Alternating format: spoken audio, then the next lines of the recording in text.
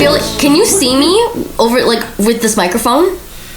Or is it like I'm so small? Yeah, you know what? You're 100% right. I don't think we pop our plosives much. You'd be surprised. Yeah. You'd be surprised how much popping. You don't think you pop it. Popping luck. Can I have a water too? I did get one. Yeah, it's been there the whole time. It's been there the whole time. All right, just give me a second. Toby. Puppet. Plosives. Pelosi. Nancy Pelosi. Let's get political with Pelosi. Pelosi and Pelosi. Pierre Polyev. Oh God. PP. Okay. Sorry, we're gonna get this is a disaster already. Yeah, already we're right off the rails. You know what? It's because we had Nick. Yeah. We're always trying to like impress the ladies, so we get a little sillier with the ladies. Yes. You know. Yeah, we always get giddy around girls. With Nick, it was just like, yeah, whatever, dude, get out of here. It was such a fun podcast, though. It was fun. It was fun. Yeah, it was the same thing with Tanya, and we went off the rails. Yeah, we did. She's like, I'm between two idiots. Yeah. Maybe that should be between two idiots. Between like two idiots. Two ferns. Yeah.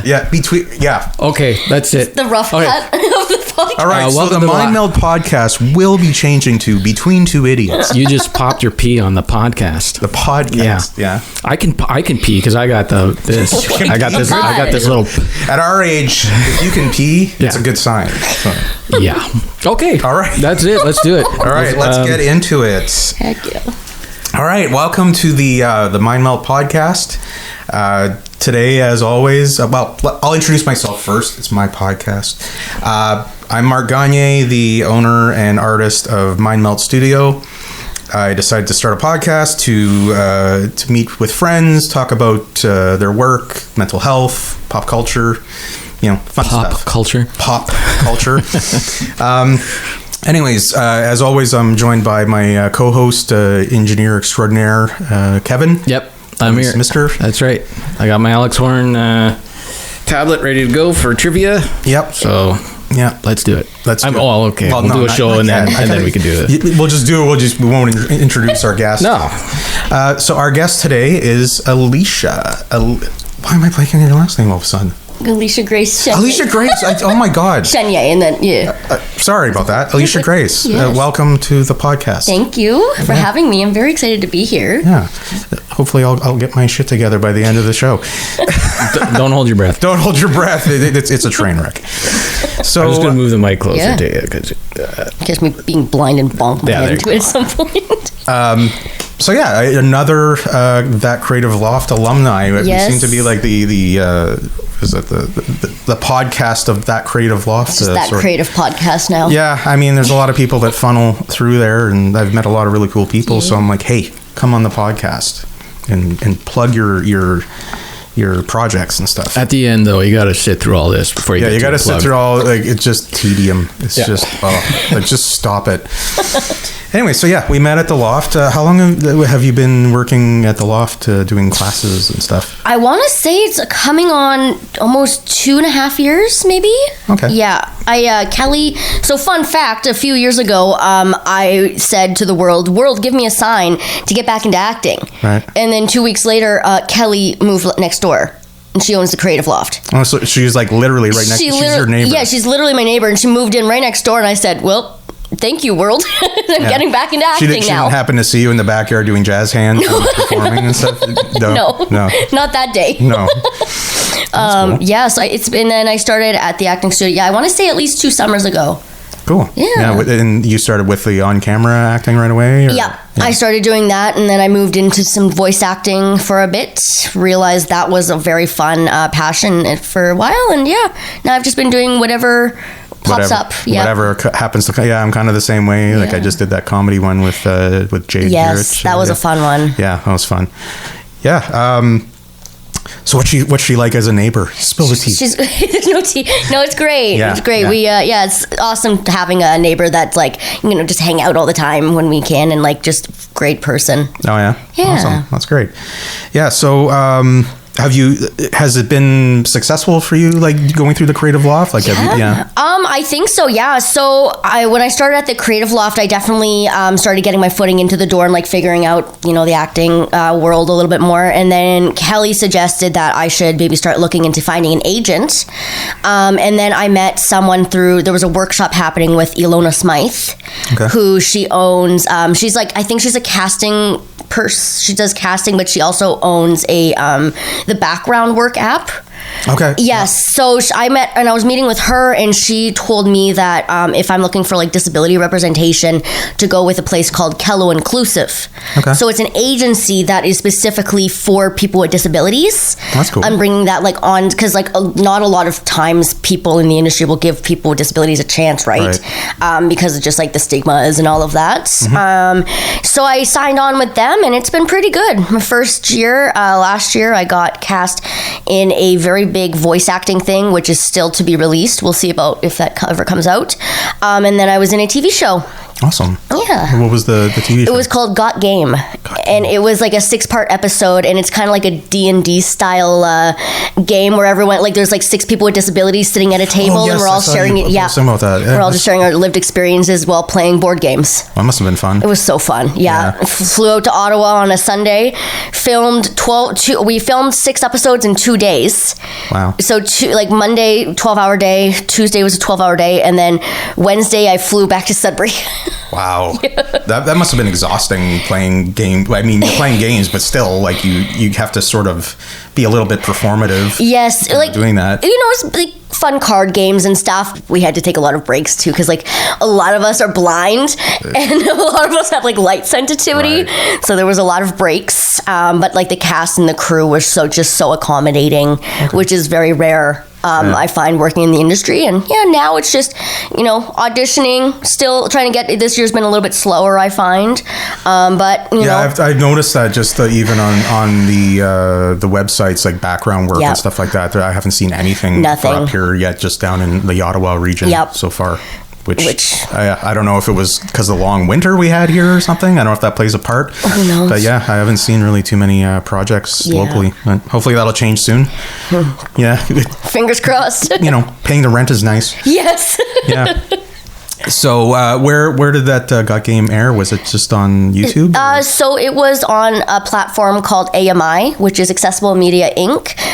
It is fully free online to watch, and it's like a media company kind of for creating content for people with disabilities by people with disabilities. That's cool. Yeah. That's really great. So did an internship with them last year too, and it was so fun. And working on pitching that TV show that I worked on, I created while I was doing the apprenticeship with them. Oh, do you want to tell me more about that? I mean, I don't want to say too much, but it's basically about a girl who has a brain tumor. Okay. Because, shocker, I have a brain tumor. Ooh. Yeah, we'll get it. Yeah, but it's basically like whenever you see that in TV, it's like either like death or a miraculous cure. Right. And for me, like the whole thing about this story is that she's very much just living with a brain tumor, and she doesn't die from it. She doesn't get cured of it. It's just a reality. Yeah, it's just her reality, and she learns kind of how to cope with it. Yeah. Like you just said, like it's usually an unbalanced spectrum, where it's just like it's the extremes either end, but there's always an in between where there's a reality that you have to live with illness or condition. Are there any other projects you've been so not film and TV recently, but I'm a part of a new theater company in Sudbury called Distort Theater Company, and I am going to be in their first show this summer called Little Women. I saw some posts about that. That's really exciting. It's really cool to see, like I mentioned in previous podcasts, how there seems to be a little bit of an explosion of theater groups and projects going on in Sudbury in the last year or two or whatever. And I know a few people involved with Distort Chanda and a few other people, so it's really, really cool to see something like that in Sudbury. And I think too for Distort, they are doing something that's just so revolutionary and just so needed for the people in Sudbury with not just disabilities, but just people who within theater, it's a very cliquey space oftentimes and historically, and I think Distort is really giving opportunities to people who may not have had that chance before. Yeah, and there's also something to be said about people that have disabilities that are invisible disabilities, because I've met a few people at the Creative Loft that have disabilities, but you wouldn't assume that just by their appearance or whatever, exactly. Like, especially with like mental health and stuff like that, and brain tumors are an invisible disability. Exactly. And with my blindness, so many people are like, well, you don't look blind. Well, what does blindness look like? That's another stereotype that's portrayed on TV. Yeah, they expect everybody to look like Stevie Wonder or something, and exactly. It's just like, that's not the reality.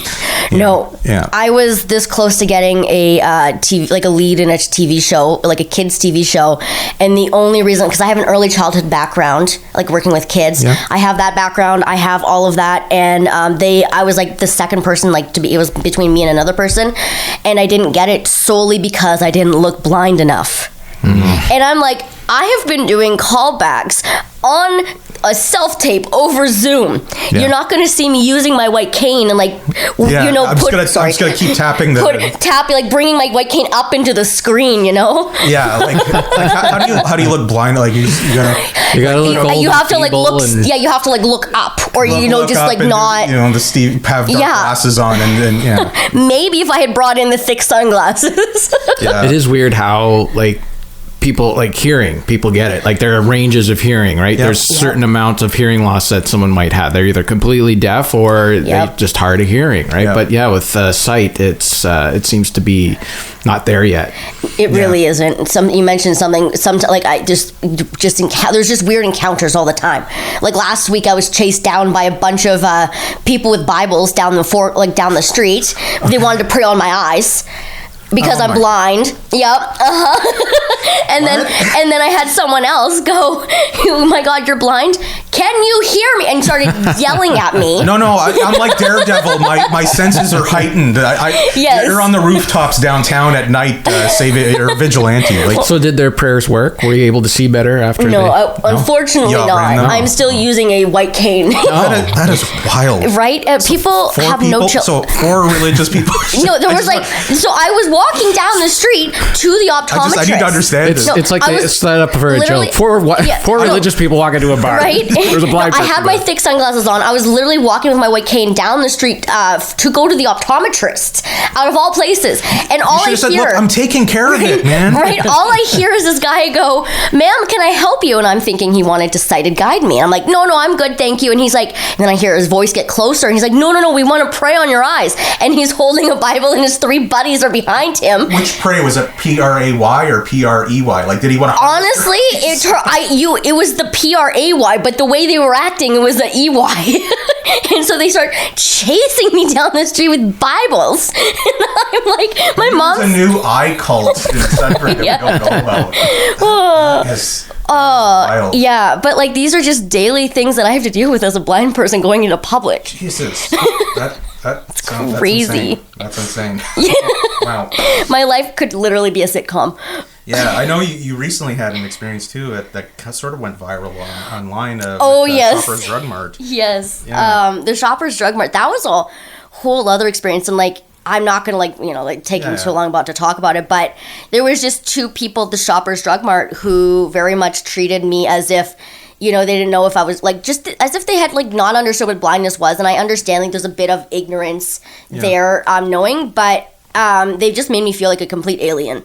Yeah. And at the one of them was like, well, have you seen a doctor? And I'm standing there with my white cane, and my mom comes up because we were shopping, and she's like, it's not treatable. And yes, she has seen a doctor.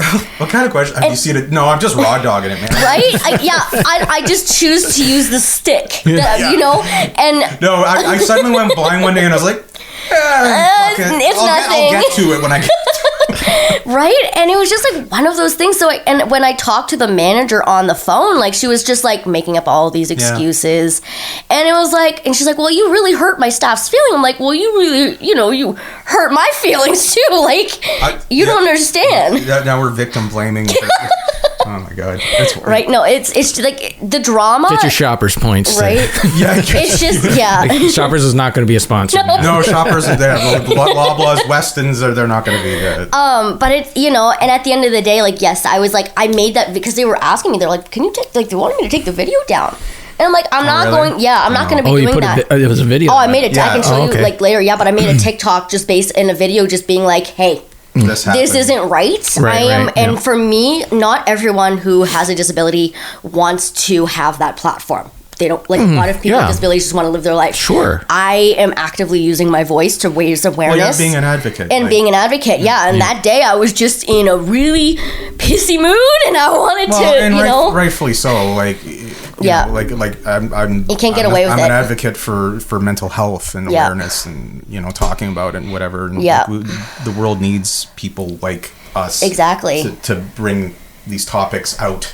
Yeah. And especially when it's businesses like that at least should know better, or at least be open to learning and not be so defensive about it, like. And that was like the only time, like, I've had there's been other times where, like, I was scrolling TikTok and a video came up and it was like of a restaurant, a local restaurant. I'm not going to name the name because, like, we've dealt with it, and they made a video of, and, like, I understand, like, where the funny was, but they basically act like they had sunglasses on and they were pretending to use a white cane for a bit. And so I, like, at first I was going to make a video, but then I'm like, you know what? I'm going to give them the benefit of the doubt. They are younger. And, not everyone in my generation is as woke, per se. Right. So I call the restaurant and I'm like, hey, I have low vision, and what you guys post, are you aware of what's been posted on social media? And the manager goes, no. And I said, well, there is a video of, them making fun of the blind community. And it really hurts to see that because, I thought, like, it's not supposed to happen. And she apologized profusely and she's like, we're going to take that off. So was it just the staff that did it on a whim? Yeah, it was just like the younger staff members who, like, they're like, well, we hired a social media person. Yeah. But, the social media person clearly did not, like, people don't realize that, like, what you put out into the world, maybe they didn't realize a blind person would see this video. Yeah. You ironically see the video, you know what I mean? Yeah. But they don't know and they took it down, but it was still like I don't go to that restaurant and I don't support them because of that. Yeah, well, we'll have to talk after. Yes. Yeah, I want to know what restaurant it is. There's so much insensitivity like that out there. Was it Chick-fil-A? Chick-fil-A. I mean, I wouldn't go to Chick-fil-A anyways. No. For lots of other reasons. I mean, that's unfortunate. I mean, and yeah, like, people make mistakes, businesses make mistakes and stuff, and it's like, at least be open to learning and growing. Exactly. And saying, okay, you know what, I screwed up. Let's make it right. Yes. Was it Don Cherry's? Dude, that's long gone now. I'm trying to think of stuff that's safe. That's safe, yeah. I don't want to guess it right. Yeah. Was it Ponderosa Steakhouse?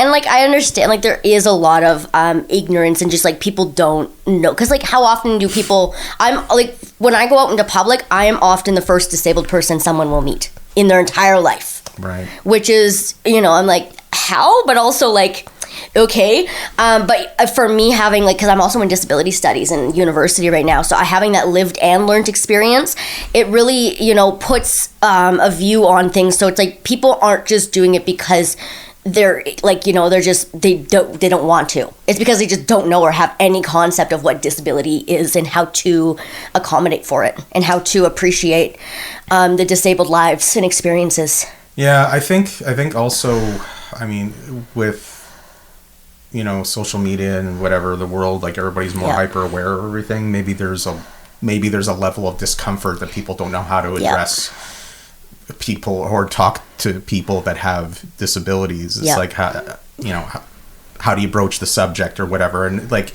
and wanting to learn more, it's like, how do I talk to somebody and say, like, oh, tell me about your disability without saying, like, oh, you're precious and made of glass, kind how of did you go blind? I'm like, oh, that's... Or have you seen a doctor? Yeah. Or, no, a lot of people will change their language when they realize I'm blind. Have you heard a doctor? or like, you know, like trying to change Have you heard a doctor? Have you felt around in the darkness for a doctor? they will Has the Braille led you to a doctor? Have you tried using the Force? Yes. There's actually a white cane that like I really want to get, and it's a lightsaber white cane, awesome. But it's like $300. And I'm like, wow. Does it make the noise when you? Yeah, it does. I'm pretty sure. Is it literally by Disney? No. I was gonna say Disney's. They're just merchandising everywhere. No, imagine. It's like a land speeder walker, an Imperial Walker. There we are. That's going to be when we get that. That's about 30 years away, I'd say. They'll have those. Walker. Yep. Yeah, absolutely. There's our Star Wars. Actually, why don't we start that right now? All right, put in the patent right now. Yeah. Okay, podcast over. We're building. I'm gonna jot that down. You just make a like a little infomercial, and it's just for the GoFundMe, and all you hear is Sarah McLachlan. Think about all the Star Wars nerd elderly people. I mean, because there's a generation that's creeping up there. We're the generation that grew up with the original Star Wars. Yeah. You know, we're gonna start getting up there. Yeah. We're gonna need our Imperial Walkers. Yeah. Let's do it. That's the title of the episode: Imperial Walkers. Walkers. A Walker Texas Ranger. And they wonder why they call us In Between Two Idiots. I really am gonna have to take it. That's a much better. We need to rewind back 3 months ago. And what are we gonna call this thing? It's gonna be like in the movie about the podcast. It's just gonna be like, let's back up. Yeah. Oh boy. So where were we? So yeah, I guess we'll sort of segue into mental health because we're both crazy. Sure. Clearly. I'm sure there's a component to these your disability and the brain tumors and everything. A component of mental health. I'm sure it's very taxing, and maybe just talk about that. Yeah, and in what way? Just like in regular life, I guess. Well, I mean, getting news that you have a brain tumor. You said you had your first brain tumor at 6 months. So I was 6 months old when I was first diagnosed with my brain tumor, and that I had always grown up with a brain tumor. Never really it was always just a part of my regular life. Everything I'd go to the doctors. I thought every kid went to the doctor. But it wasn't until as I get older, more of it becomes a reality. And then April 1st, out of all the time of this year, I was diagnosed with a second brain tumor. And that was the first time that the doctor was the first brain tumor is shrinking, thank God. Yeah. However, and I'm like, okay, I'm going to give my mom the phone. And I went into autopilot at that point because I was it was just devastating. Yeah. And it was a state of shock that hits you. Yeah. And my mental health at that point, I've always bounced back. And I think I'm 50% humor, 50% resiliency. But, it was hard to get out of that. And I don't think people realize you have, it's not cancer. It's benign, but people don't realize that even a benign brain tumor has caused me 6 surgeries, 30 treatments of radiation, and chemotherapy. Yeah, and people don't realize that a growth on your brain that shouldn't be there. It shouldn't be there. It puts pressure on certain areas and stuff like that. So my mental health has not been the best, but I'm coping with humor. I like to say that I hope my brain tumors pull a Romeo and Juliet and just kind of off themselves. yeah, that's a good way of looking at it. But so that's a whole thing. And when I live my life in now it's 3 month increments. So I get MRIs every 3 months. Now it was almost up to a year, but because of this new little freaking bugger, it's now back to 3 months. So every 3 every 3 months I get my MRI. And then I hear the news, and then I can party a little bit depending on the news, and then I get I go live my life. Alicia goes on a bender, and then comes down. All right, right. But that's how I've always lived my life. But now with the 2, it's just life is just so unknown, and so now I'm really living no day but today because you never know. Yeah. Yeah, that's why you decided to do this podcast. Yeah, right, exactly. Fuck it, man. I've got nothing to lose. I'm going to be between these 2 idiots. how could I live my life the most today? Right? I could go sit in a room with Mark and Kevin. Sit in Mark's dining room and do a podcast. That's one of the things, but like that's ultimately a reason why like I started acting again. Yeah. Because I had just graduated from early childhood education, and yes, it's really redundant, but like I wasn't getting hired because no one wants to apparently hire a blind early childhood educator.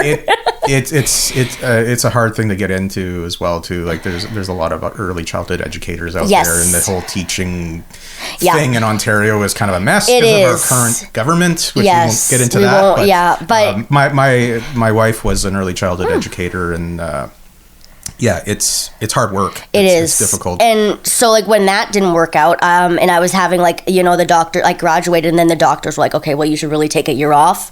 Right. Because, I had just had 2 brain surgeries, and I was going to finishing college, because I wanted to graduate, and that's all I've ever known is just to push through. Keep going. And so I took a year off, and then, week 3 of radiation, I was like, my brain is radiated on. I'm like, heck I'm a superhero. I'm going to apply to university. Yeah. So I applied to university with disability studies, and here we are now, 3 years later. That's great. And I'm in disability studies, and How long is the program? I have up to 8 years to complete it. I'm probably looking at 3 more years. Right. I mean, I guess you're paid because of your health. Yes, and I do it part-time. Well, it's part-time for like a regular person, but with people with disability, like they consider 2 classes full-time for me. Right. So I'm just kind of going with the flow, and Yeah. So like we're talking about, the mental health that's involved with it. I'm sure dealing with situations like religious fanatics running you down in the street and stuff, or like a drug mart. I'm sure that has a bit of a toll on your mental health too, because you're just like, why do I have to deal with these idiots? I think so I find it very comedic day to day, but like it is stressful. Yeah. And I don't. Yeah, there is a level where it's like, okay, this is just so ridiculous. Yes, it's ridiculous, but I don't think people realize like people with disabilities are often the first of many. So like I am often the ripple maker, and like my gosh, there's another word for it, the trailblazer in a situation. So I go somewhere, I'm the first blind person to do XYZ. There is a lot of educating that I have to do, and that is why bringing it back to Distort has I was diagnosed with a brain tumor on April 1st, and then I got into the show 2 weeks later. Right. And that Distort has, theater company has really been there to help me. And I can go there, and they have people with disabilities in the crew, not just the cast. So I can take my advocacy cap off, and I can just be the actor in that room, which is so rare. I'm sure it's so freeing, and you can focus more on your work instead of being, the advocate in the room. And I'm still open to, because my cast members are very curious of my canes, and if I have, if I'm using a large print thing, or just any of my assistive technology, they have questions, and I'm so happy to answer that. But at the end of the day, it's not like I don't have to, I'm being Alicia. Right. I'm not blind girl in that moment. How long have you been blind? Is this like a lifelong? Yeah. So I was 6 months. 6 months. Come on, pay attention.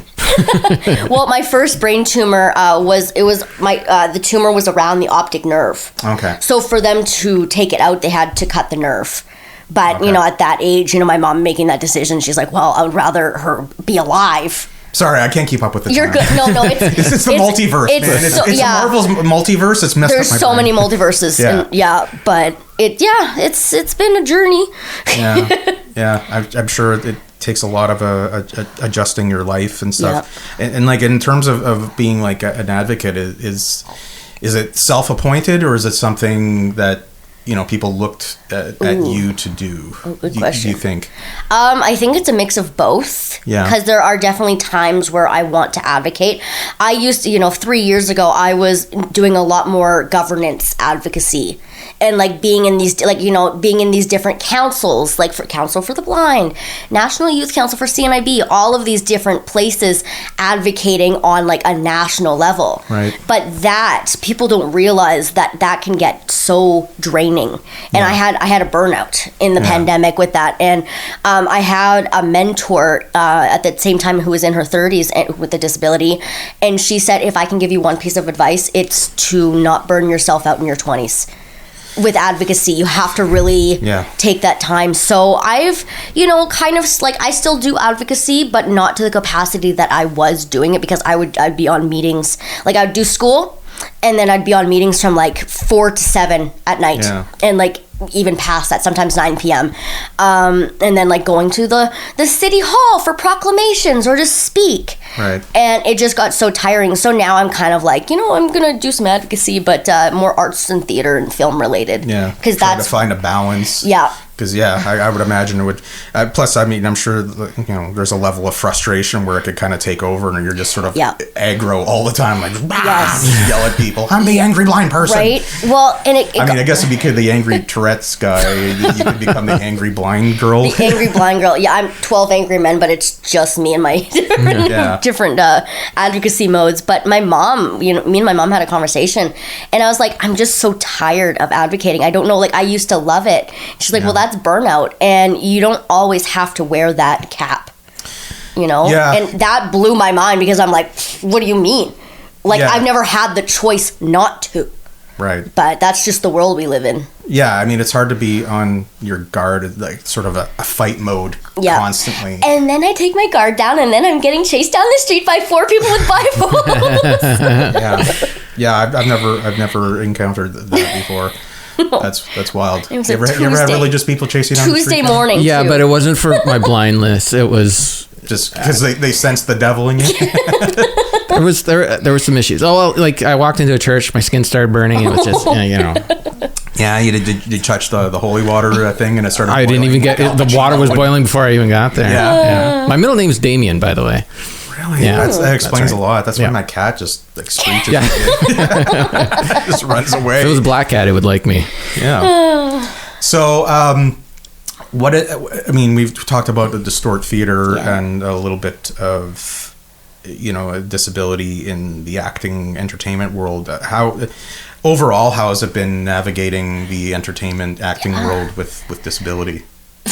Really interesting. Like I mentioned before, a lot of the time the roles that I am, when I first started acting, I was doing it because I wanted to see a more authentic representation. But I'm at a point, like, I still want to be that person for blind kids, but at the same time, I just want to be an actor who happens to be blind. Right. So there's a lot of mentality that goes into it, and I don't think people realize, because a lot of the roles that I audition for are for physical disability. Okay. And so a lot of the time, like, they want to see the disability and the white cane and stuff. It's more about the disability than it is the acting. Right. And then when they realize, I don't look disabled enough, that is a huge mental toll, because what do you mean? All disability lives matter, you know what I mean? Like, it's one of those, so that's been a harder thing to navigate. But yeah, like, overall, like, the experiences that I have had have been pretty positive. And I'm just right now just working on, like, making the acting world a more, like, the videos that I've been posting online, just bringing awareness to, like, there's more than just one story of disability. There's so many, like, not everyone who's blind uses a white cane or uses a guide dog. We all have our own stories and experiences to recount. Do you find that there's been an increase in work for the disabled in the acting community, or? This is an interesting one. So I'll give you some percentages here. So 4% of characters in film and TV have disabilities. 80% of that 4% is played by able-bodied people. So that is something that we are actively trying to change. And if you would have asked me maybe like 2 weeks ago, I would have said, I think we're on the up and up. But then if you look at a new show that came out with the season 2, called a little show called Avatar: The Last Airbender, I guess they just didn't consider hiring a blind person for the role of Toph. Okay. And so they had, like, so I watched an interview with them because I was like really just and that's animated. Well, it was animated, but now it's live action. Oh, really? So they made a live action version of it, and I was like, this is going to be such a badass character for blind kids to see. Yeah. They hired someone with who was fully sighted. They hired a blind person to teach her on the side how to be blind, and then on top of it, I was already like pissing my pants laughing at this and just rolling my eyes. They gave her contacts while she was acting. So her vision, she had no vision. Oh God. Why don't they just, so it's like, yeah, we yeah. So I'm like, okay, so I'm like rethinking the industry now, because I'm like, why is it like, why couldn't they have found? I mean, yeah, you're you're still seeing so much of that kind of crap. It was like that movie that came out a few years ago with a deaf family. I can't. Oh, Coda. Yeah, yes. I loved that it. movie. Oh, one of my favorite. I thought it was so great, but then at the end, I was like, I'm probably never going to see these actors in anything ever again. Marley. Oh my gosh, is her name Marley Matlin? Oh yeah, she's like the exception though. But like no, you would think and that she was won like an Oscar back in the mid. She was the first. She was the first disabled person to win an Oscar. Yeah. But for her, that movie was like, I think that was the last time she was hired. Oh jeez. She goes long spans, and she made a documentary talking about that. I've only actually seen her mostly doing voice work. Like if anything, she's done. She voice did have work a TV show. She was on a TV show though. Switched that at was birth. See, she knows, right? She's a big fan, super fan. So she was on that for a while. But that's right. I haven't seen her in a while. So. It's a very and like again, like people with disabilities, like there's just so many like very, very limited opportunities. Yeah. And oftentimes, casting, like people, they don't want to. It's not that they don't want to. I think it's because they don't know how to accommodate for us. And the film world as it stands right now isn't fully made for people with disabilities yet. It goes like this has been a problem with the media since day one. Like since the day that film was invented, they still like. I think within maybe the past 10 years, they've actually been able to shoot people with darker skin tones than white people. Well, like at that recent awards gala that we went to. There was a conversation with your friend, a black woman, an actress, and she was talking about hair. And how even like black hair is completely different. They need that was a big thing on one of the sets, that they needed a person that could actually work with black people's hair, because it's completely different. That's a huge thing that she was talking about, because so often she would go on a set and they would want to straighten her hair or put in the braids, and she just wanted to show her authentic hair, which is absolutely and I remember gorgeous. like she showed a pic at the awards thing, like she had her hair pulled back and I think braids or whatever, and like she showed her natural hair and it was like this gorgeous afro. But part of it is that the people that they have working on the show don't know how to they don't know how to do it. It's a white hair. But the beautiful thing about that Coda movie is that the movie, the fact that that family was deaf, didn't really factor into the story that much. It was more of like how this family loved each other. They just were deaf. Like, they just happened to be deaf. They just happened to be deaf, and it was like, we're like, it would be great if we could see more stuff like that. And I, growing up, for me, there was only so many times, like a handful of times that I could remember seeing authentic representation with people with disabilities. How to Train Your Dragon has such a special part in my heart, because that like the ending, spoiler alert, he becomes disabled. The character, and I'm like, I was mind blown at the age of 13. I'm like, what do you mean? Well, I stole that DVD from my mom. I remember the discourse around that at the time. How it was nice representation for that. And then being blind, Mary Ingalls from Little House on the Prairie, and then I come years later, to realize she wasn't even blind. So I think the first actual authentic representation that I had was just 2 years ago. It was a show called All the Light We Cannot See, where they hired someone who actually had a blindness and did the lived experience. So it's just to be fair to Little House on the Prairie, for some reason I need to, because that show is based on not like books that were written by and it was her life, right? And her sister did start off like she was able to see, and then she got an illness and it'd be kind of difficult. Like they would have to switch actors. And absolutely understand, because it was the time too. Right. But growing up, my mom's like, here's blind representation. Right, and it's not really. It's so disproportionate too. Like the representation, like you whatever the percentages of people living disabled. Compared to what's represented in movies, it's so disproportionate. And like there's always that. I don't know why I came to the defense of Little House on the Prairie. way. I just felt. I just want to say, like, there's going to be a reboot. It's going to be very interesting. Yeah, somebody from the Creative Loft got cast in it. Oh, interesting. I just think that it's like sometimes it's appropriate. Like it's sometimes because you need like the for the way that the story goes or whatever. It's because it serves the story. But like if you have like a person who's blinded from the beginning, like why would you? I don't know. Tough. Well, it's so often too. You see where like they become like the token disabled person. Yeah, that's their entire trope. Like nothing pisses me off more is when I see another rendition of, oh my god, what's it called? The Scrooge movie. Or the story of the Scrooge, because little Timmy, and he's disabled and he's going to die of a disability, and well, who's the there's an actress that was on ER and she played one character Carrie. She had the she's not actually she's not, and she actually started developing problems because she played that role for so long. Really? What's the actress's name, Sarah? Laura Innes. Laura Innes. Yes. Okay, yeah. And she was actually kind of... She permanently fucked up her leg and she was walking. I didn't know that. The legend was, when we were kids, the guy who played, I think his name was Snake on Days of Our Lives. He had or Patch. Sorry, his name was Patch. What Days of the Lives are you watching with the character? The legend was that Patch had, it was an actor who just had, like, he had an eye patch on. That was his character, right? But he was only supposed to be on the show for a couple of days, but then his character took off, so he's doing it for years. Oh, wow. And then they realized that his eye was getting lazy, so I think they actually moved Patches. No. That's hilarious. That's really funny. They just like, we can't let his eye completely die, so we'll just move it over. Oh my god. Oh, that's so funny. Well, it's like Grey's Anatomy. I don't know if you guys watch Grey's Anatomy. My wife did. There's a character in this show who, like, season 9, she loses her leg. Spoiler alert. She loses her leg, and like for like maybe 2 or 3 episodes, like it was all about her leg and like her learning how to use like this new amputated leg.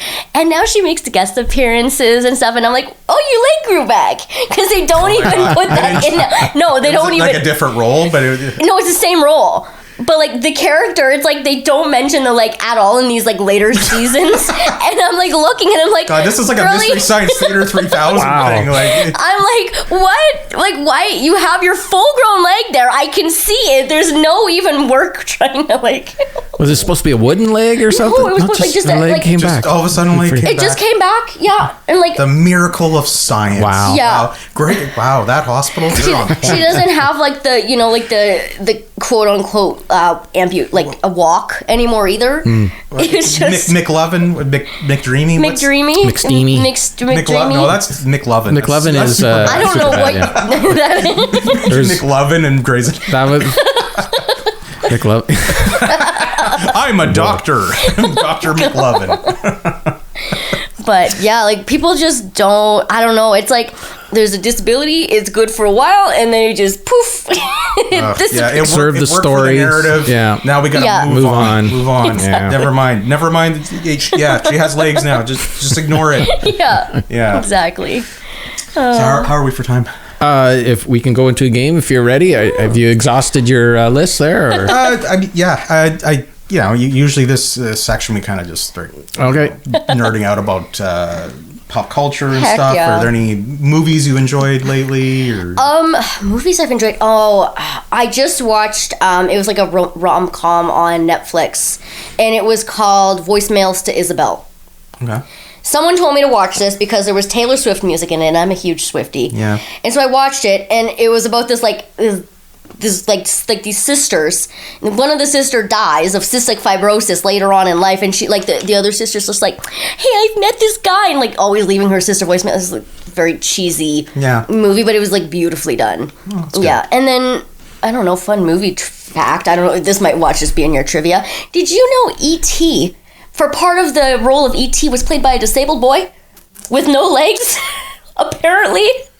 The role of E.T.? Yeah, so like the role of E.T. It wasn't Warwick Davis? It was No, he was in everything. Well, like there was there was obviously like robots and like there was puppets and stuff, animatronics. But for some of them, when E.T. was like actually walking, they hired a disabled boy with no legs. Oh. I just found that out yesterday. Wow. Yeah, and I'm like, whoa. There's a fun fact. I'm pretty sure Deborah Winger did the voice of E.T.? Of E.T. Oh, fun. Deborah Winger. I'm pretty sure. They had to get... Somebody might have to Google that, but I'm pretty sure Deborah Winger did the... Sarah, look that up. Deborah Winger. E.T., which is... because I guess she has a bit of a husky voice or a weird voice. I don't know. I remember something about Deborah Winger doing the voice for it, but maybe I just pulled that out of thin air.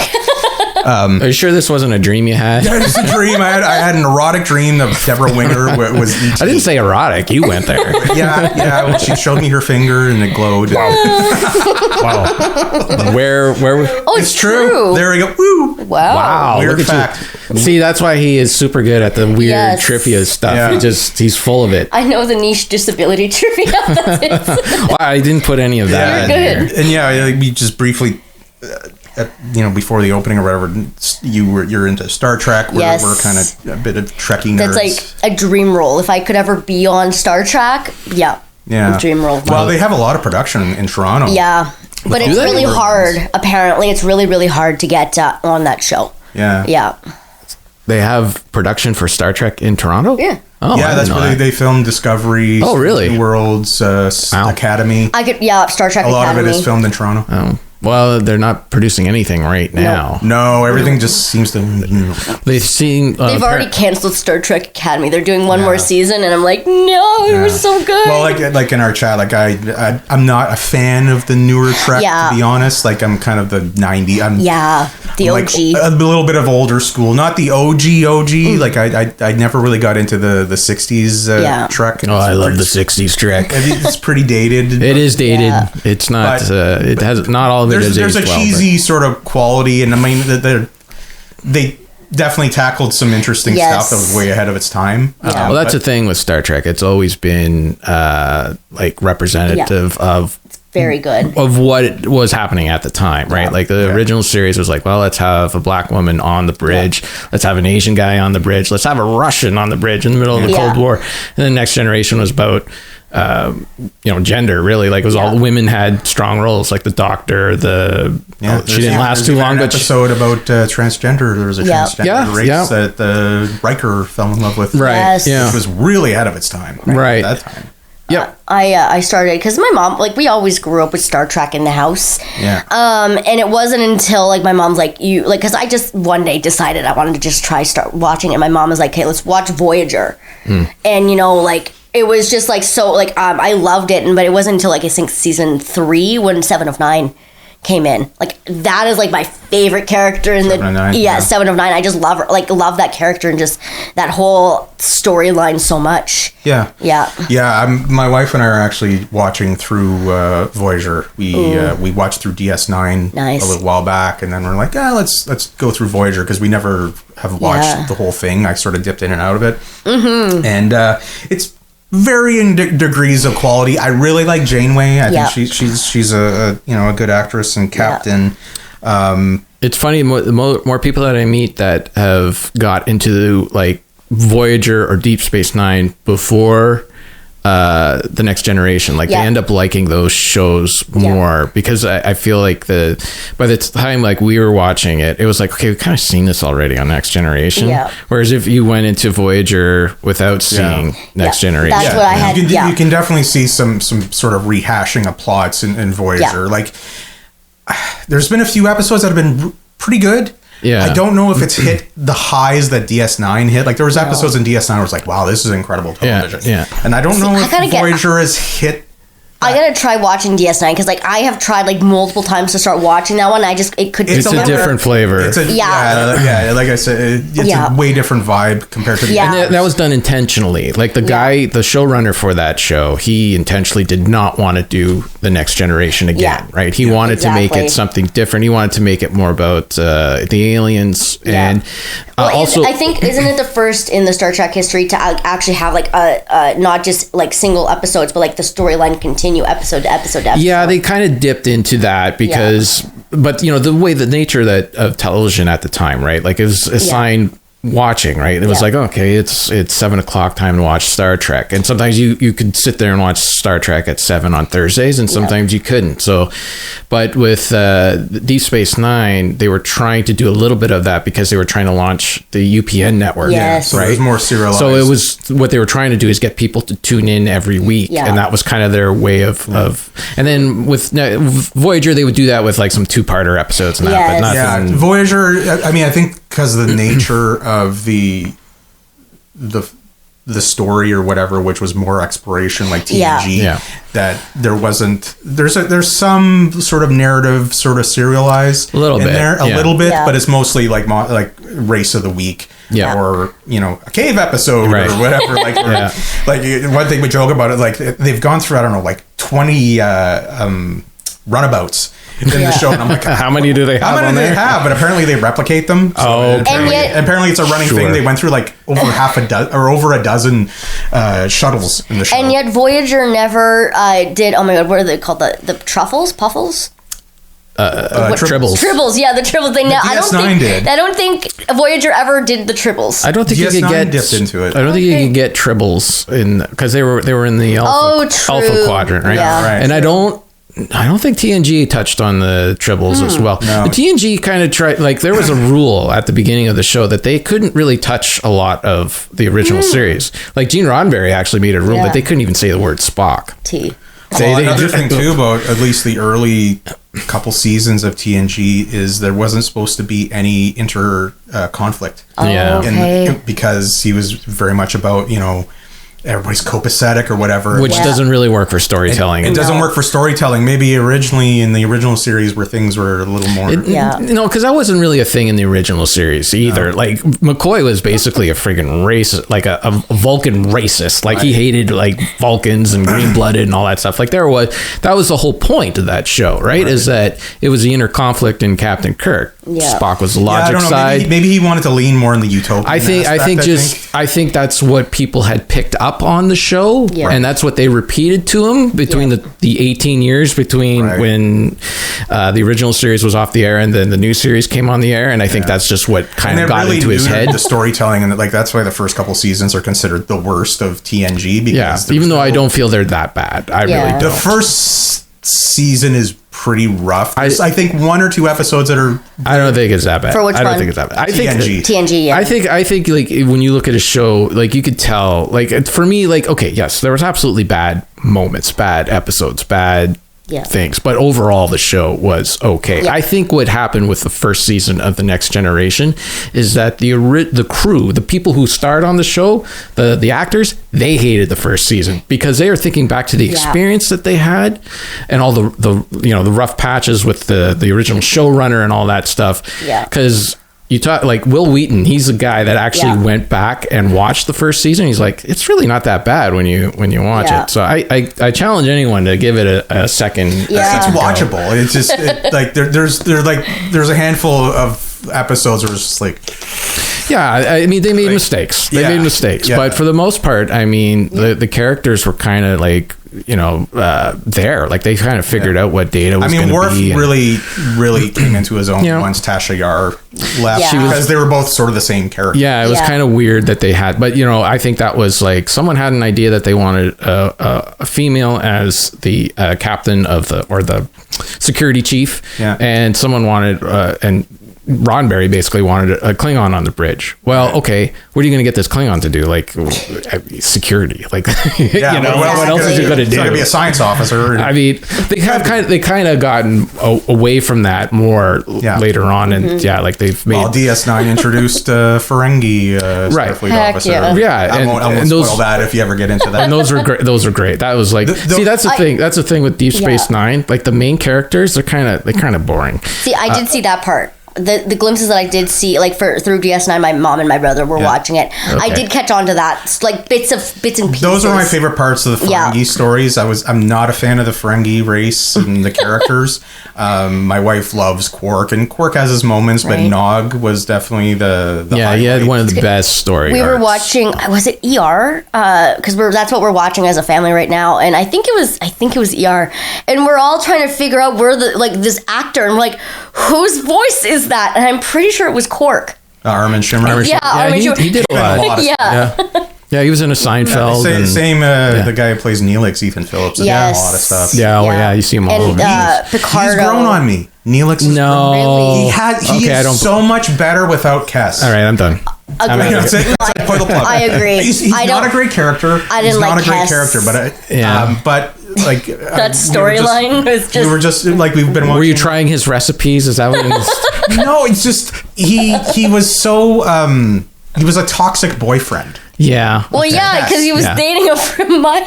Yeah, and a 2-year-old, a 3-year-old. Yeah. He just was kind of gross, he's much better as a supporting character, side character. Okay. And he's kind of been a little bit more endearing. Like I have to get past the pilot. I really haven't. I watched the pilot. He's gotten better. Yeah, he really has. Say, turn it to season 3.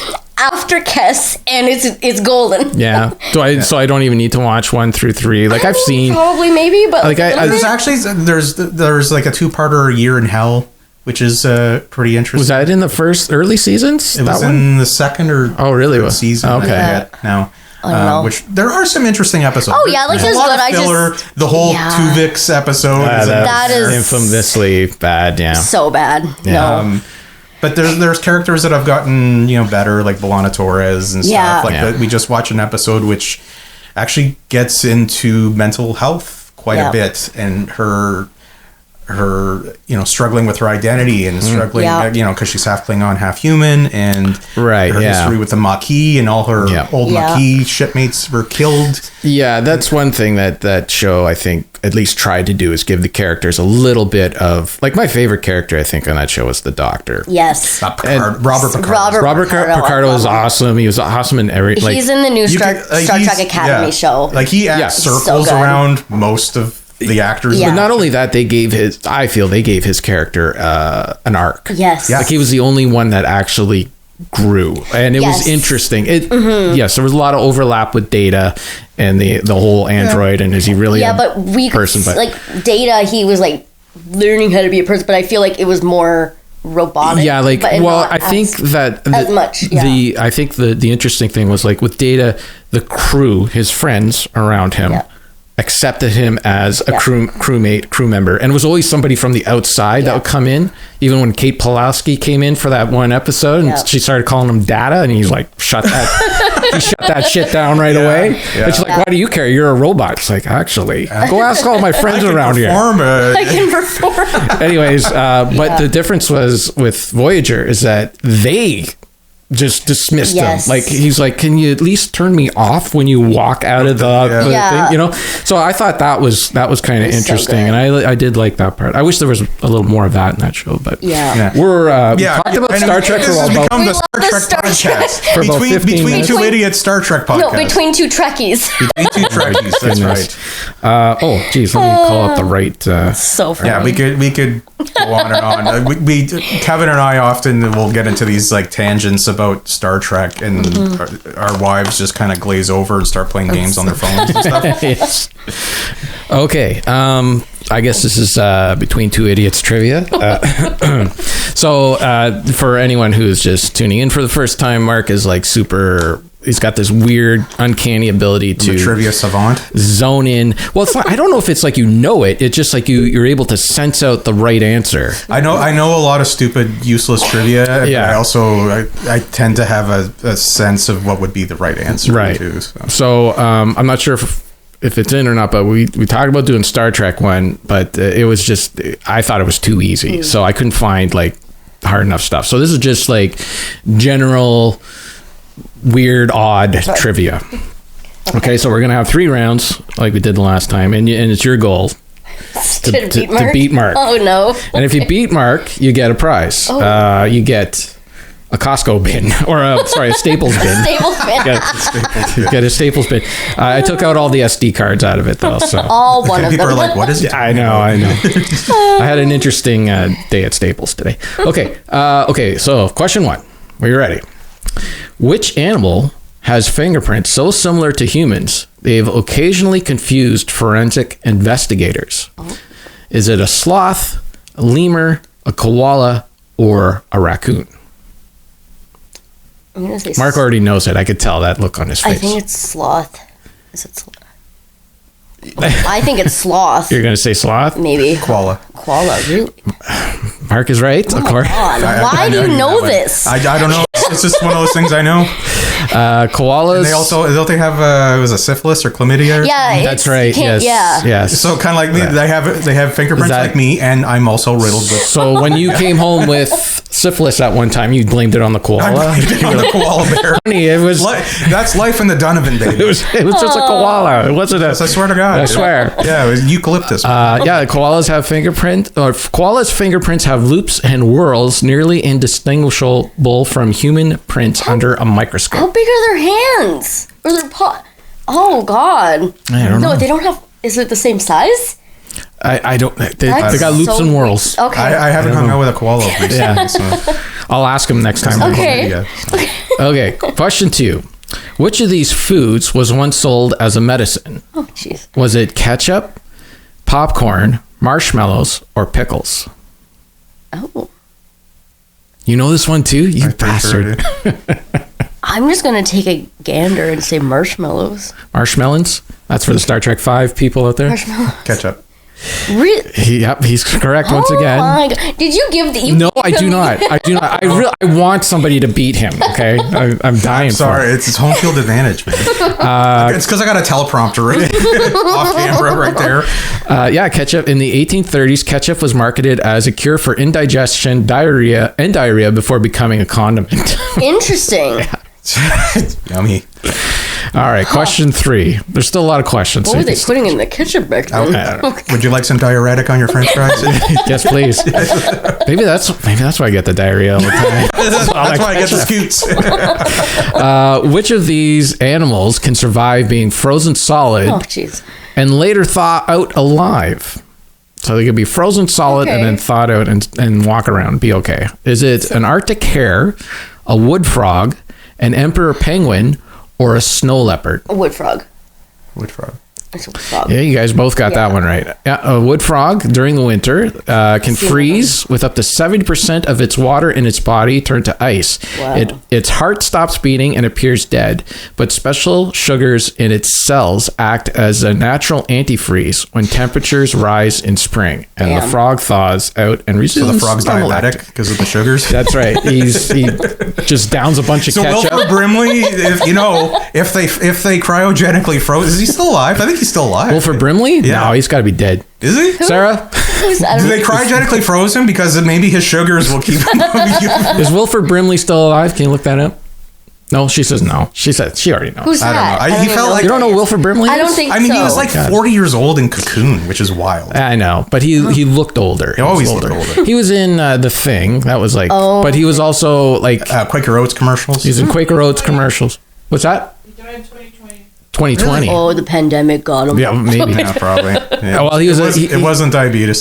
He was in commercials for diabetes. Oh, okay. Yeah, go get your diabetes checked. It became like an online meme and whatever. Oh, okay. If I seen him, I'd probably know who he is. Oh, yes. But... Okay, so Mark has swept round 1, but you did get a point. 1 point. So you're on to round 2 here. Okay, this is an American question, so we'll see. Oh, here. no. Yeah. Which U.S. president kept an alligator at the White House? Was it Andrew Jackson, Theodore Roosevelt, Ulysses S. Grant, or John Quincy Adams?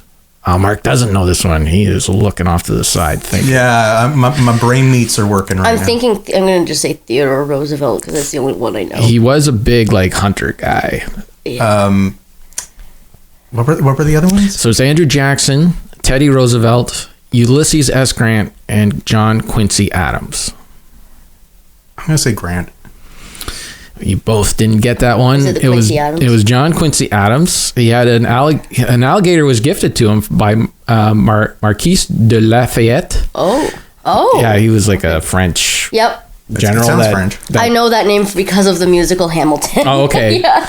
I haven't seen that yet. Oh. Yeah, he was a French general or something. Yeah. And switched over to the Americans, fought for the Americans. Anyways, he gifted him an alligator, and he kept it in one of the White House bathrooms. Interesting. Wow. Maybe it's surprising. Maybe it's the one where Trump's pinch one and then holy shit, there's an alligator there. Maybe it's the one where Trump's golden toilet is right now. Yeah. Jeez. Okay, question 2. This common everyday object was once considered too dangerous for public use. Was it umbrellas, buttons, forks, or socks? Oh my god. A part of me wants to say forks, but I'm going to go with umbrella. I'm going to say forks. You got one on them. Did I? Yes, you're catching up. It was umbrellas. Oh, that's so funny. Oh, let me take that point away. I'm so used to giving Mark a point on here. I mean, umbrellas are pretty wonky. Early umbrellas frightened horses, leading some cities to discourage their use or even ban them. Maybe carry an umbrella. Maybe it'll scare the religious people. Where's that mode for my white cane? Yeah. All right, next question. Which of these unusual jobs once existed as a real profession? Was it a knocker up, a cloud herder, a street echo tester, or an official puddle inspector? Oh my god, why does the street echo tester sound like a blind person job though? Street echo tester. I think it's knocker up. I'm going to say the last one. Isn't the knocker up the one where they would knock on your window and wake you up in the morning? Why are you giving her the answer? Well, she didn't lock in her answer. No, you can change your answer. I'm going to change my answer. Okay, yeah. Am I right? Yep, you're both right. Oh, wow. Yeah, I'm pretty sure it was back in ye old England where people would bang on the window or like the shutters or whatever. Before alarm clocks became common, knocker ups were paid to wake people up by tapping their bedroom windows with long poles or sometimes by shooting dried peas through blowpipes. Oh my god. They were especially common in Britain and Ireland during the Industrial Revolution. How many windows did they break?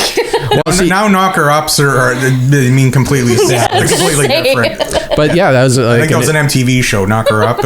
Industrial, like during the Industrial Revolution, like before the Industrial Revolution, people just woke up whenever and then they just went about their day, right? But the Industrial Revolution was like, demand, you got to be at the factory at 8 o'clock. Plus, I mean, it was by candlelight or whatever oil lights, so they turn down early, and then they would be up. I muted this thing. What the heck? And then they would be up at the crack of dawn, farming and stuff. Anyways. Huh. Okay. Next question. Okay. Yes. Okay. This will be interesting. Bananas are naturally magnetic, radioactive, fluorescent, or electrically conductive. I'm going to say radioactive because this was a part of a quiz. At the beginning, we were talking about radioactive. I didn't do the quiz. I did the quiz like way before that. I'm going to say radioactive. Oh, you're going to say radioactive. Yeah, anyway. She's locked in her answer. I feel like I've heard this before. Okay. Radioactive. All right. Yeah, you both got that one. Bananas contain potassium-40, a natural occurring radioactive isotope. The amount is so tiny that it's completely harmless. The only fruit that's also very appealing. Oh boy, that's it. Okay, we're ending the show there. Well, we seem rather split on that joke. Jesus. Oh. I was like, I just want to go home. All right. Next question. Octopuses have 4 brains, 6 lungs, 2 stomachs, or 3 hearts? 3 hearts. She's locking in at 3 hearts. I'm going to say all the above. 3 hearts. You got it. You got it. 3 hearts. Mark is wrong. I was like, fuck it, go for it. They have 3 hearts. 2 hearts pump blood to the gills, while the third pumps blood to the rest of the body. Be concerned if a heart plumps blood. Okay, we're on the last question. Oh. It's tied. It's tied 5-5. Alicia can do it. I want her to win. It's tied 5-5. I'm looking back here. Yeah, it's tied 5-5. It's a lot of pressure. I carry it with me every day. Oh my god. So here we go. This is it for all. Like, unless you both get it right, I do have a tiebreaker question just in case. But let's see. I don't know if I should ask this question. Oh no. I'm trying to figure out if Mark knows this already or not. So I think he knows this. I can go to the tiebreaker question. Okay, no, I'll ask it. I'll be fair. Okay, which of these was actually patented? Oh god. A crustless peanut butter and jelly sandwich. Oh, this don't get too excited. A method of swinging on a swing, a square banana, or ice cubes with holes in them. So one of these was actually patented. A crustless peanut butter and jelly sandwich. A method of swinging on a swing. A square banana or ice cubes with holes in them.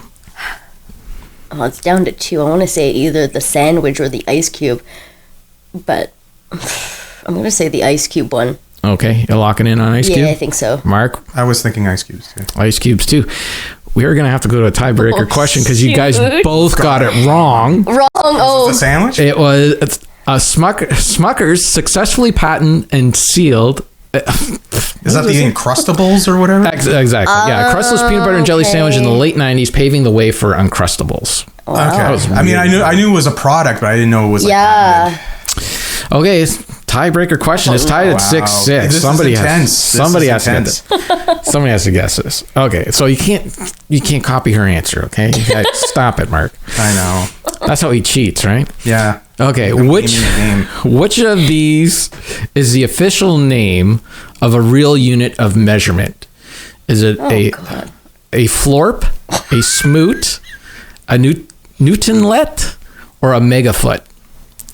One of these is a real unit of measurement. A florp, a smoot, a Newtonlet, or a megafoot. All of the above. These are They all sound adorable. Hey, smoot. You sound like Pokemon characters. Yeah. These are official units of measurement. I'm going to do the third option C. The Newtonlet? Yeah, sure. Okay, she's locked in on C. I'm going megafoot. Megafoot? My goodness. You may not have beaten Mark, but you definitely tied him because I'm out of questions and you both got that one wrong. It was a smoot. A smoot. A smoot is a real unit of length created at the Massachusetts Institute of Technology in 1958. Students measured the Harvard Bridge using freshman Oliver Smoot as a measuring stick. That's great. Where did you find that Oliver trivia? Smoot. That's so fun. The bridge is still marked in smoots today at 364.4 smoots plus 1 ear. And it works so well because his last name's kind of weird. Smoot. Shout out. Smoot. Shout out Oliver Smoot. How many smoots till we get to Ottawa? 140. How much square footage is this house in Schmoots? I don't know. I'm not sure. So there's no small feat to tie him. So I think Alicia deserves a round of applause. Yes.